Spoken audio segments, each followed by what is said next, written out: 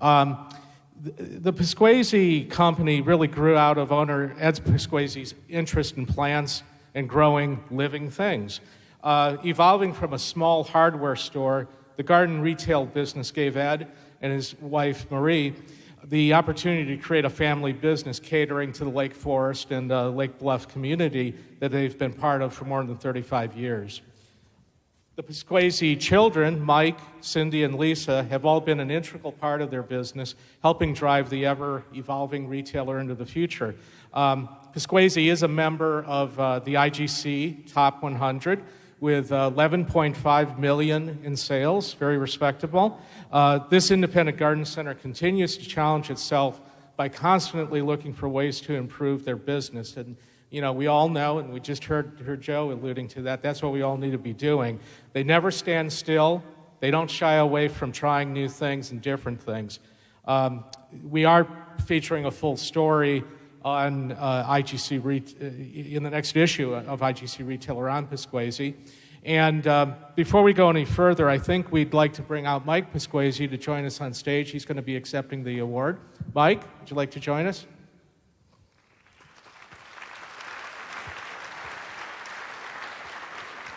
How you doing? Congratulations. Meet Sam. It looks like a family reunion here. Okay. Wow, we got everybody. Well, come on, let's get in the center here. Great. Sean, could you bring the award plaque out? This is my fair-haired young assistant, Sean, who's helping me. Most of you have probably seen I've been limping this year. I'm getting hip replacement next month, so Sean's been helping me get around here. And thanks, Sean. You're doing a great job. Appreciate it. So, Mike, I'd like to present this award to you, and I hope you have a wall someplace prominent in your key store that you can put that on. So, Sam, would you like to join in the festivities here? Absolutely. Good morning. I am Sam Kirkland. I'm the National Account Manager with Epicor, and on behalf of Epicor and our staff, we'd like to add our congratulations to you and the staff. From your website, and I hope I'm not going to steal from you, you say, we always challenge ourselves in looking for ways to improve our business. We will never stand still. We're constantly learning and trying new and different things. I think the trying different things is one of the reasons you're receiving the award today. Epicor is very proud to be your partner. And along with the technology that we offer, we hope that we enhance the customer experience in your business.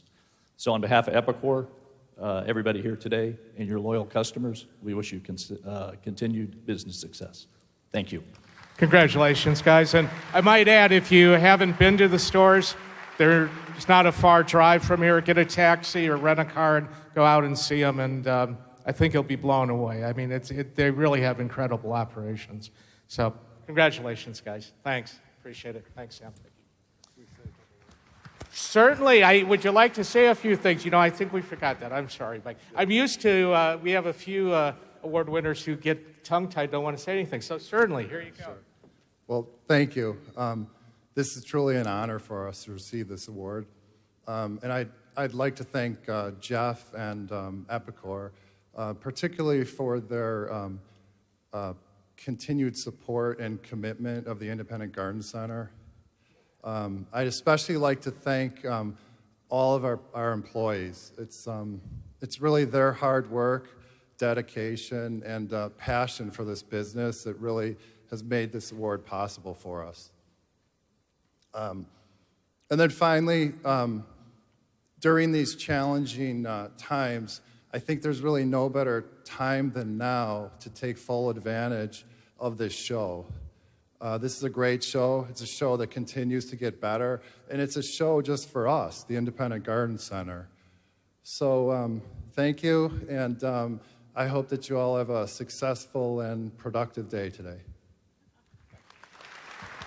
Thank you, Mike. Congratulations again. Well, our next matter of business here is to bring out Diana Hund, Director of Marketing for Ball Horticultural Company. And again, Ball, they've been a tremendous supporter and sponsor of this show. So please welcome Diane, and also stop by the Ball booth and thank them for all of their underwriting of this event. Diane?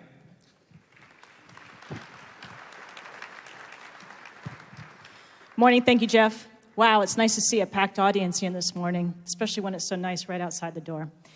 Anyway, we've had a recurring theme going on with our next presenter, our keynote for this morning, and that theme has a lot to do with edible gardening. And I know most of you in the audience, at least I hope a lot of you, have been able to experience the fanatical growth in vegetable sales over the past couple of years. I mean, think about it. It's been growing double digits. Phenomenal growth at a time when a lot of the other categories in our market are not. And that vegetable growth, it may be slowing down a bit, but I see that edibles are still probably the number one most important way to drive new foot traffic into the stores. It appeals to our experienced gardeners, and most importantly, it appeals to our new gardeners.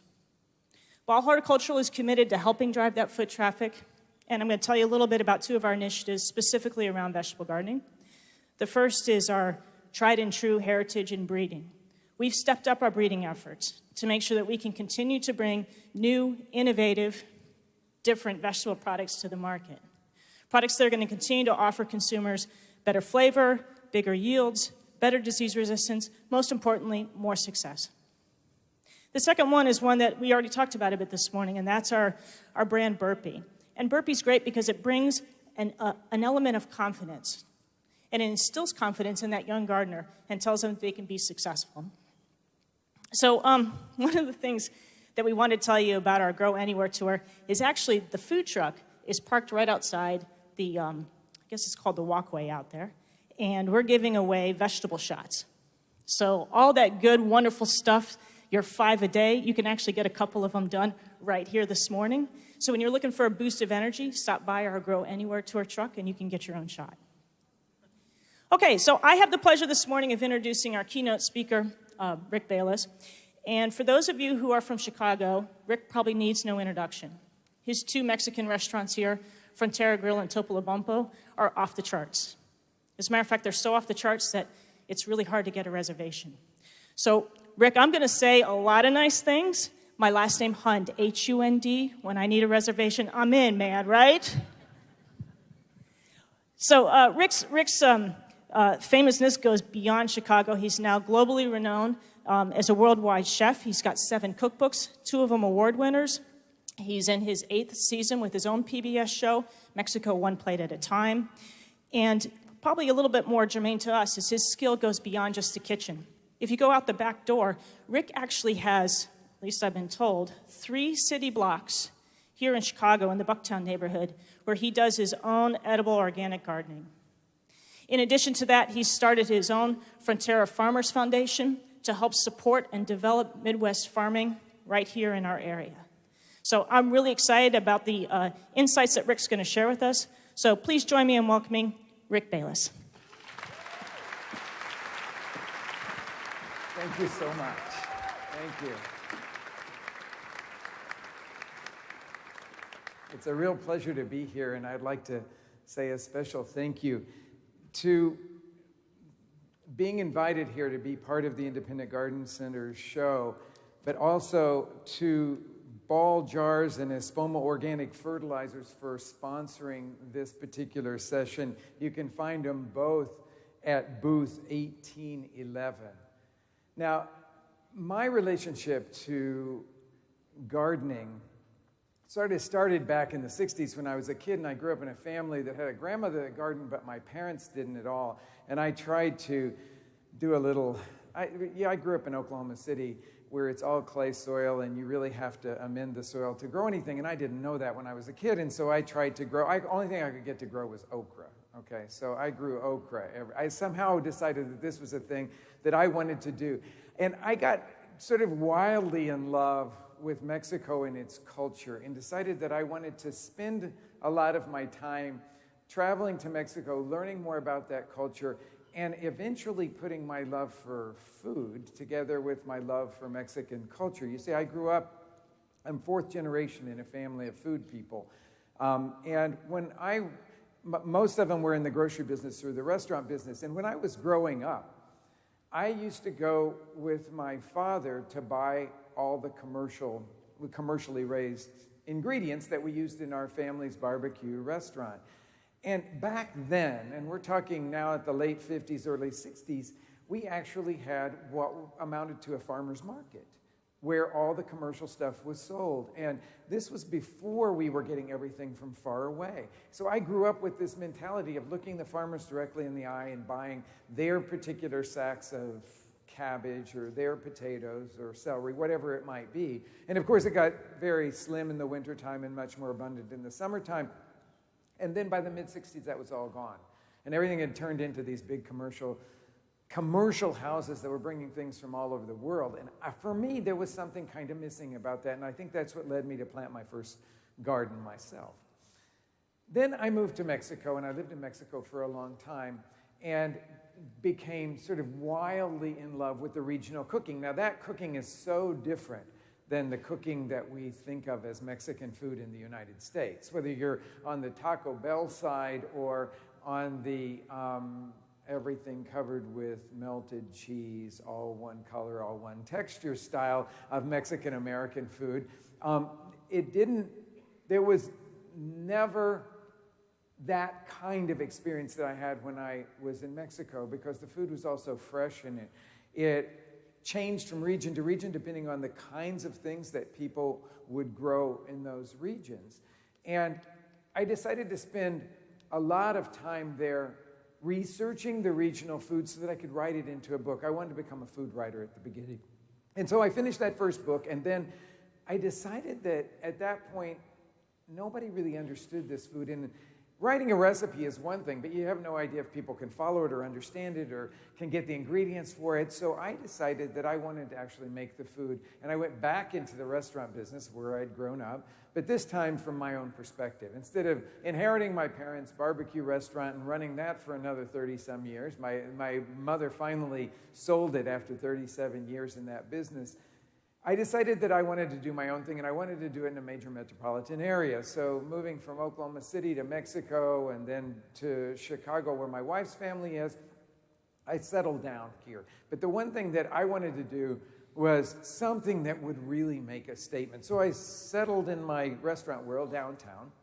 I wanted to be accessible to lots of people. But what I really wanted to do was to put together a restaurant that would be so sharp that people would go, well, I don't know what this food is. It's not like any Mexican food that I've had, but it's really delicious, and this is a well-run place.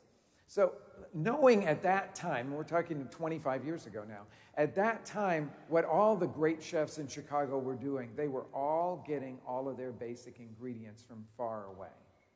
This was a completely different era than the one we live in right now.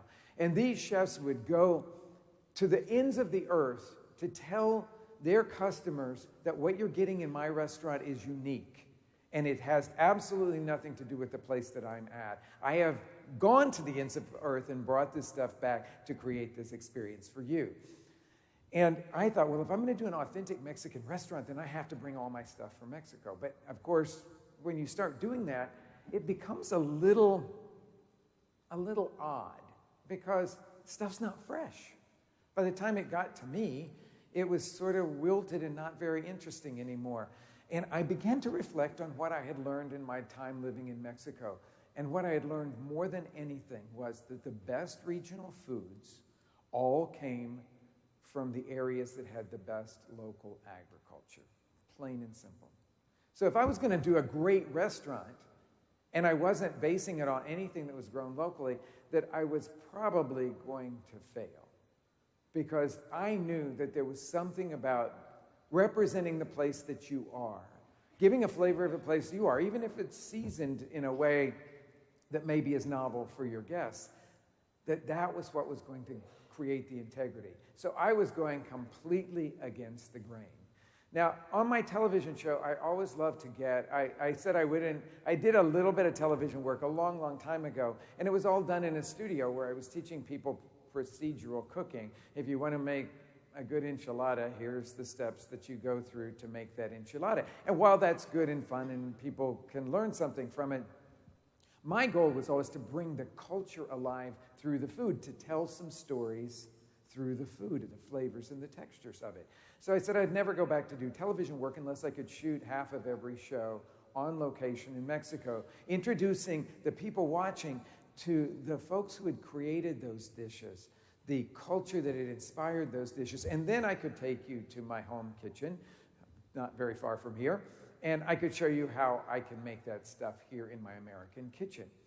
So I decided that in the TV shows, if I could do that, that I could really do what I want to do, which was to show the integrity of the ingredients that are created in Mexico, that are grown in Mexico, and how they can be utilized in the United States, or in many cases, how you can grow your own. So I'm going to do both of those things. I'm going to show you a little bit about the culture. In this last season, season 8 of Mexico One Plate at a Time, I shot entirely in the Baja Peninsula, top to bottom. And in the southern part of it, where everybody thinks about going to Cabo, that it's just kind of a wasteland. It's deserty area, and you go there if you want to hang out in these big fancy resorts, and there's no local food, and it just seems incredibly touristy, and either you love it or you hate it. Well, I went there and actually scratched below the surface. And I'm going to show you a little clip of one of the segments that is right outside Cabo, and the amazing agriculture that is there that has inspired a cuisine that most of the people in the resorts don't know. You have to get off the beaten path to experience that. So if we can play the clip here, I will introduce you to one of my favorite farms in Mexico, Los Tamarindos.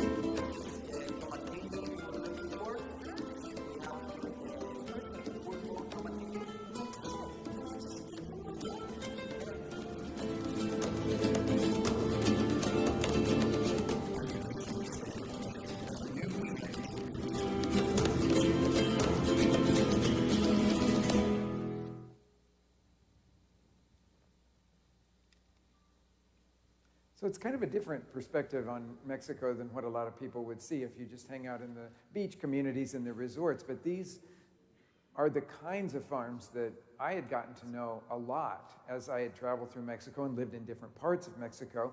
And when I came back to the US and settled here in Chicago, I wanted to have some of that same perspective.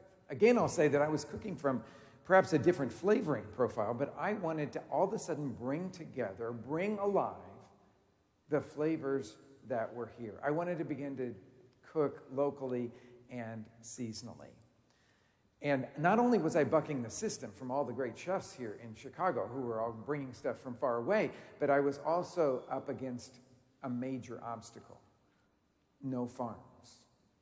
Back in those days, we had no farmers markets in Chicago when we first opened our restaurant.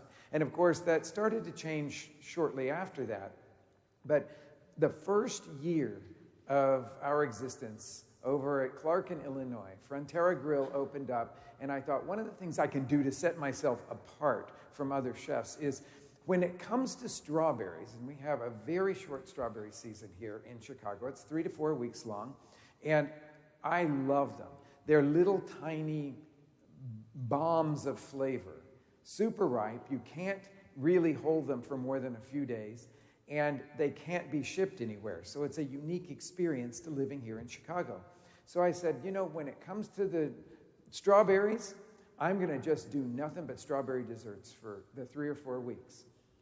So I go to the commercial wholesale market where I was buying most of my ingredients at the time, and I asked the guys on the market, who's going to carry the local strawberries? And they all laughed at me. Every single one of the houses on that commercial produce market laughed at me. They said, we wouldn't carry them. They're terrible. They go bad fast. They don't have any shelf life. We can't do anything with them. Nobody wants them. They want only the large strawberries from California to have the white woody centers. And I was trying to understand how this could possibly be, but it was what I was up against. So my wife and I drove twice a week out to local farm stand, well, hour and a half away, and bought our strawberries and brought them back and made our strawberry desserts in them. And it clicked in me that this is something that we were going to have a huge uphill battle with trying to do, to create the infrastructure for local seasonal ingredients to be available for people like me, restaurant chefs, and for people like anyone that wants to cook in Chicago. So we started working, and we came up against one obstacle after another. And to tell you the truth, during the first 3 or 4 years, we would find a small farm that we would latch onto, and they would go out of business. And another one, and they'd go out of business. And a lot of them were little boutique farms, people that thought they wanted to get into the business, but then found out how hard it was. As we all know, gardening is not an easy thing, just like being a restaurant chef is not an easy thing. But I kept trying to find the right people to help me. And we finally latched onto an older couple that were doing this in retirement. They had both grown up on a farm, and they had never left the farm, but they had turned it over to corn and soybeans, but they brought it back to actually growing food for consumption. And they tilled it all, they did it all organically, and they started growing crops, things that I wanted to do. And they came to me and they said, what do you want to grow? And well, suddenly the top was lifted off of something that I finally had a partner farmer that I could really go back and forth with. So we had him growing our tomatillos for us to make the salsa verde out of, all kinds of tomatoes that we could use for different kinds of heirloom salsas and things. It was just so fabulous that finally I had somebody that I could work with.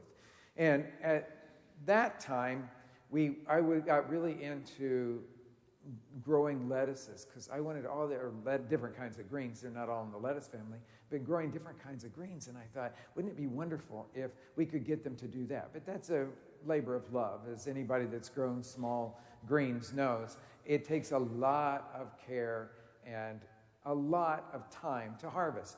And so we got them to grow some little greens for us, and they had these beautiful little heads of butter lettuce. And they brought them one time, and one of the prep cooks who was helping them unload their truck grabbed hold of a box of that butter lettuce and tossed it over to the side and was going to throw more of it on top. And my friend, Mrs. Polly, grabbed this guy by the scruff of the neck and read him the riot act and told him how much time she had spent crafting that beautiful lettuce, and she never wanted to see him touch that lettuce or do anything with that lettuce that was rough.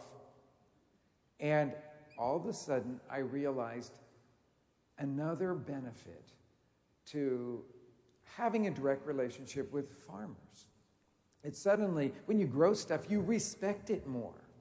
And just think about what we face in our country right now, where people are so disconnected from the supply of their food that they treat it not only like a commodity, but just like simple fuel. Just stick it in your body. You don't care whether it's processed or whatever. You just stick it in your body and it keeps you from being hungry, and that's kind of it. But what does that lead us to? All kinds of physical problems. And I would say if you want to trace everything back to one thing that has everything that has to do with the problems that we face in terms of obesity and health concerns and stuff like that, it probably goes to the fact that we have really cut ourselves off from our food supply. So this woman had helped me to understand how we could continue to have that thing, but it was only if we could work directly with the farmers and they could become partners with us in our restaurant. So we continued to develop a whole lot of farmers over a long period of time, and we learned more and more lessons from the farmers, but what I learned the most from them was that our farmers were struggling big time. We were working with small, independent, Midwest family farms, and almost every single one of them had to have one of the couple working off the farm all the time just to be able to make enough of a living. And that didn't seem right to me. And as I saw one small family farm after another stop farming food and go to just corn and soybeans so that they could keep their other jobs off the farm and make a decent living, I realized that we were really in a kind of crisis and we needed to do something about that. And one of the farmers came to me and he said, well, he came to me in the middle of February with a sack of spinach. And, you know, in February around Chicago, it's not exactly prime growing season. And he brought me this sack of spinach that was so beautiful, and I tasted it. It was the sweetest spinach I'd ever tasted. And I said, oh my God, how did you grow that? Do you have a greenhouse? And he said, no, I only have this one unheated hoop house, but I know a variety of spinach that will thrive in these conditions. And he's southern Wisconsin. So I said, I want it all. I want every bit of that spinach that you can grow. And he goes, well, I can't grow very much. I have to plant it in November, and then I harvest it little by little, and so I can't get you very much of it. And I said, well, what do we have to do to get you another hoop house? He goes, oh, I don't have the money for another hoop house. So I came up with the idea that we could lend him the money for the hoop house, and the next year he could pay us back in spinach. And it would just become a nice reciprocal relationship here that I could kind of invest ahead in the crop that I wanted, and then he could pay me back in that crop the next year, and then he could continue to on season after season. So that became a huge success. And suddenly the other farmers around him understood that we wanted to really be partners, and so they came knocking on our door, and they said, we've got this other project. We need to get a watering system. And so we started this no-interest loan program that would just help to invest in the infrastructure that these small family farms needed. And after doing that for about 7 or 8 years, we realized that what we really needed if we wanted to jumpstart these farmers way far ahead was to do it not as a no-interest loan program, but we could do it as a grant program. So our restaurant's pretty high profile, so we thought we can get people to donate. And we went to the IRS and we said, we want to do a not-for-profit organization that will give capital improvement grants to small Midwest family farms that are working for profit. And of course, the IRS just laughed at us. They said, no. Not-for-profits only give to people who are in desperate need. And we were saying we wanted to give it to for-profit farms to make them more profitable. So we kept going back to the IRS, and they kept rejecting us time and time again. And finally, after 2 years, we went with what I thought was the most compelling argument that we could do. And that was, that small family farms are essential for creating community. And without them, we've lost community in two places. We've lost community in the cities, where the farmers' markets are that they sell at, and people gather like it's the old town square. For the first time in the history of the United States since long, long before World War I, we are back to having a town square, a place where people can all gather, and it's open to the general public because we've got so many farmers' markets now in our country. But they also create community in the communities that they live in, because they're producing things and they are creating a sense of thriving, not just sort of nameless agribusiness. And you know what? The IRS bought it. They said that there was a reason to make these small Midwestern family farms more profitable so they'll stay in business and continue to create community. So we established the Frontera Farmer Foundation, and in the last 10 years, we've given away over $1 million in grants to these small family farms. And we're not talking about large grants. We're talking about things that range between usually $5,000 and $12,000. Just a project that a farm needs to boost it that extra little bit so that it can become more profitable. And when you hear the stories that come from these farms after they've received these grants, and how that vehicle to get the CSA stuff to the right places really changed their perspective on what they could do, or that watering system, or that hoop house, or whatever it might be, the 10-year-old kid that wanted to start raising some goats so he could do goat milk and sell that, and we gave him the money to do a shed for his goats. You know, little things like that. In fact, we've got a number of stories. And you hear these statistics all the time that the small family farms are kind of going out of business because the people get older and then they die off and none of the kids want to be there. Well, we have invested in so many of these younger generation projects that we have 3 huge success stories that have just come out of the Frontera Farmer Foundation, because we've got kids that are doing eggs, some that are doing goat meat, some others that are doing goat milk. We've got this one kid that needed a watering system so that he could do this huge patch of watermelon, and every year his patch gets bigger and bigger. And we've invested in all these things. These are kids that are going to stay on the farm because we've taught them that it is a viable profession. It is something that they can do with integrity, and that there are people who really respect what they do and rely on what they do. We've cut out the middleman. And so now the farmers are our partners, and we can look them in the eyes, and they can teach us lessons, we can teach them lessons, and that has been really important. So the flip side of that, though, was to make it even more personal. And I had been living on the top of a building, looking over Lake Michigan, right on Lakeshore Drive, for a number of years. And I had a garden up there, but on top of building right on the lakefront, you get tremendous wind. It's 100% sun all the time. It was a little bit hard to grow all the things that I wanted to do. So I looked for a piece of property that I could actually plant in the ground, not in these raised beds that I'd created on that rooftop. And I wanted to do something that would bring my chefs even closer into the growing and appreciating of food, edible flowers, herbs, and things like that.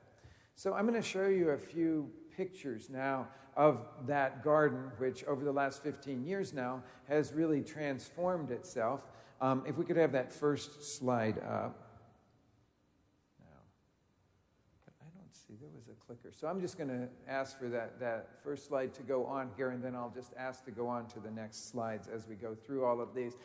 This is the general perspective on our production garden. Now, in the introduction, you heard that I live on 3 city blocks, but there's also 2 houses and a garage on those 3 city blocks, so it's not fully 3 city blocks that we are, 3 city lots, not blocks, that we are gardening here. And about half of it is in ornamentals, mostly the sort of native plants to this area, and then the other half of it is a very intensely worked production garden just for our restaurant. So what you're seeing here is about 1,000 square feet of land that we very actively work. Now, when you look at that, and most people would look at it and go, well, that's nothing. I mean, how can you grow anything in that you could really use in your restaurants, since they're very successful restaurants where we serve as many as 2,000 people a day through there. How could you ever do anything there? And what we have done is to choose crops that will produce a lot, that we can plant and harvest through the entire season. And we work it very intensively. Out of this piece of property, this 1,000 square feet, we produce about $30,000 worth of produce every year. Now, that's kind of numbers. When you start saying those kinds of numbers, people really sit up and listen, because it's not just a little hobby kind of garden, but an actual production facility. So what you're seeing here is these raised beds, and around each raised bed, there is some rolled steel that we use because we don't have room for railroad ties or anything like that around the edges of them. So we kept the profile of it very, very small. And then we have about 18 inches between each row. So we're really going small here with some gravel in all of that. And mostly what you're seeing here is the salad greens production, which forms the bulk of what we do here. You can see some edible flowers along the front here, and pretty much every square inch of this particular garden is planted with something that we can harvest. But we also want it to look really beautiful, because we do a lot of fundraiser events there, we do a lot of classes here, and we wanted to show people that production gardening can be as beautiful as it is profitable. Okay, so the next slide will show you another corner of this. So you can see in the back here, that's wild arugula. It's on its 4th or 5th year. And we work directly with all the chefs that are creating dishes for our restaurants. They come over to the property and they say, man, I love this thing. Can you help me have enough of that for a particular dish? And the reason I point that out is that we are using the flowers off of the wild arugula. If you've never tasted wild arugula flowers, it's a total revelation. But this is that we're using so many of those beautiful little yellow flowers on lots of our dishes. Then at the back, you can see a whole bunch of chard. And everywhere you look around the ornamental side of the garden, you'll find tons of chard. Because we use a lot in our restaurant, but it also makes a really beautiful border, as I'm sure all of you know. And so we use that kind of thing as well. And then right up on a trellis over on the left-hand side, you'll see squash that we raise mostly for blossoms, but I'll show you a little bit more of that in just a minute. The next slide will show some of that chard, and then we'll go on to the following slide here. We have in the back corner things that people say are not really easy to grow in this area, but it's a dry garden spot, and it's all done in gravel so that it holds a lot of heat. So we do all of the lavender and a lot of the Mediterranean herbs back there. If you haven't ever grown mintuccia, it grows beautifully in the Midwest. It's in the mint family, but it's got a much more savory flavor than we think of with mint, and that's growing in the back there, and it has beautiful blossoms, which are tasty as well. So we try to utilize everything. This wonderful nopal cactus here is actually native to this area, and it'll soften in the wintertime, but it comes right back. And then we even use the blossoms from that to infuse in color vinegars and things of that nature. So it's a dry garden area that's much hotter than the rest of the garden. Our next slide here shows some of the production. We change the salad mix constantly depending on what the temperature is outside and how much rain we've gotten and all that. Though these are all irrigated beds. And you can see that there's a netting over the top of it, and that's to keep the birds from eating all the seeds when we plant all the seeds in there. And yet we use that very light one so that it maintains the beauty of the garden, but they're always done under that. We've had a visitor this year. We try to do everything we can to keep rabbits out because this is like a buffet for the rabbits. And so we've had a couple of visitors this summer, but they don't like the netting on there, and they tend to go away because they can't get to what they're looking for. But you'll see that this is in the mustard family, and they grow much better in the hot weather. And so we're constantly changing depending on what the daylight is outside and what the heat conditions are in the garden as well. And you'll also notice that there's a lot of different plantings because this is all a 3-week grow out. So every week there are 3 beds planted, and then they'll be harvested on a Monday. We'll harvest all 3 beds and replant them the same day, amending with fertilizers that we create ourselves mostly through worm compost, that we have a lot of bins for that. And then we have a passive yard waste compost pile. A part we need to amend a little bit, and we use a few of the liquid organic fertilizers in that. The next slide will show what that edging around our beds is. We've got some mizuna growing there, and some other things in the mustard family in the back. You can see the heads on we work with a misting kind of watering system, and that goes on in the middle of the night. The next slide shows the ornamental garden that's off to the side, but above this pergola that we have here are growing grapes. And we grow grapes not only on that pergola, but we grow them all over the garage, which is to the right here, and we built trellises up over the garage. It's just an asphalt shingle roofed garage, so it's not very pretty to look at. But when you see the way that the grapes all grow up over it, we've got them lifted up off so that we can harvest them. And we harvest about 700 or 800 pounds of grapes just off of that. So it's not only beautiful and sort of dreamy, luxurious, seeming to have a beautiful meal up underneath here or set underneath that pergola covered with grapes, but it's also something that we can utilize very much for our restaurant. The next slide shows the squash. I showed you the squash that this is all butternut, and we grow them in 2 different places in the garden, and we're mostly growing them for squash blossoms. Again, we're focusing on things that cost a lot of money. So the little salad greens cost a lot of money, and we can grow them intensively in that 3-week grow out. But we can also do on vertical things, we can do a lot of squash blossoms. So in 2 places in the garden, we grow a lot of squash. But since we're picking all the male blossoms every single day, and right now we're picking about 150 a day off of the ones that we have, and it doesn't take very many vines to get you out to 150 male blossoms. But we have to hand pollinate the female ones that we want to produce.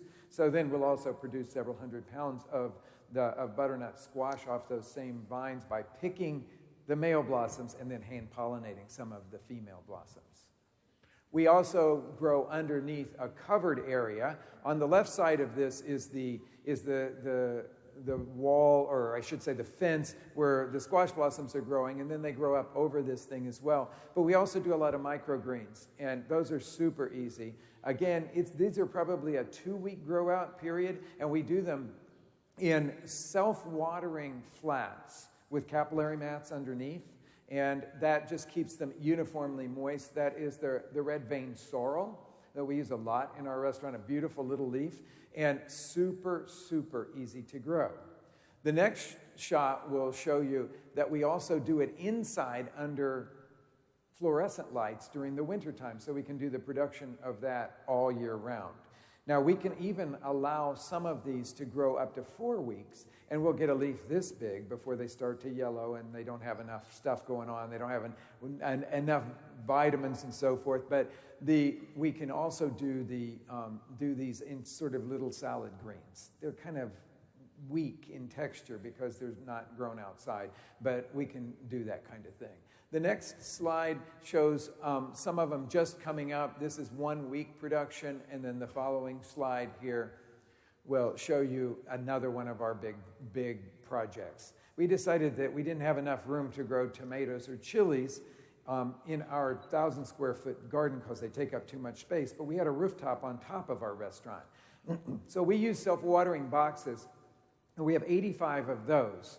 We use the ones that are earth boxes, and we have them all hooked up to a an irrigation system so that in the middle of the night, it turns on for a little time and fills all the reservoirs, and then they can just suck up the water from the bottom. But we grow several different kinds of heirloom tomatoes and chilies up on the rooftop. You'll see in the next slide that these are ones that are called Mirasol, ones that we can't find in the market. We really work with those kinds of choices here. So we've got Mirasol chilies there turning red. And then the following slide will show you some of the tomatoes that we do. And then you'll see them in the next one that in the afternoon, the chefs will go up on the top of the roof. Now, so this is 4 stories high. You can see some of the buildings around us there and some of the boxes off in the background there. But in the afternoon, the chefs will go up and they will harvest tomatoes and chilies, come down to the restaurant and make a salsa. And during the summertime, we do what we call a rooftop salsa every day, and it changes depending on what kinds of herbs we have, what kind of chilies we've harvested, and tomatoes we've harvested, and the chefs will create that. And this sort of goes completely full circle back to where I started. And that I realized when I was living in Mexico that the best cuisine, best regional cuisine always came from the place that had the freshest and most local produce, the healthiest local agriculture. And over 25 years, I have taken step by step by step in Chicago area to create that really great local agriculture. And it's not just for our restaurant, but it's for all restaurants in the Chicagoland area. And I can certainly tell you that over this 25 years that I've been in business, that not only have we turned 180 degrees from the chefs touting the fact that they bought nothing local, that they brought everything from exotic places, to everything seems to be local. And if you're a chef in Chicago now, and you haven't allied yourself with a handful of farms that you get all your produce from, even in the middle of winter, you're not considered a serious chef. And that is so rewarding to me, because it means that as chefs now, we are very much in tune with what it means to be part of this food system. We start with our chefs growing the stuff, either in the production garden that's at my home or on our rooftop, or partnering with different, well, it's been a very difficult year, as you know, in Chicago for a lot of the farmers because of the drought that we've had and the very hot weather. We've partnered with these farmers to figure out what they can grow and what they do grow and what do they have an abundance of, and what can we do to help them when some crop fails, like a lot of the corn has failed in this area this summer. So we're no longer are we separate from the supply of our food, but we are partners with the suppliers of our food, and that has made our food so much better in the restaurants. In 25 years, Chicago restaurants have gone from being okay restaurants with a few good exceptions to being great restaurants. And I think it's all based on the fact that we have connected as chefs to the source of our food, and that's all regional and local agriculture. Thank you all so much.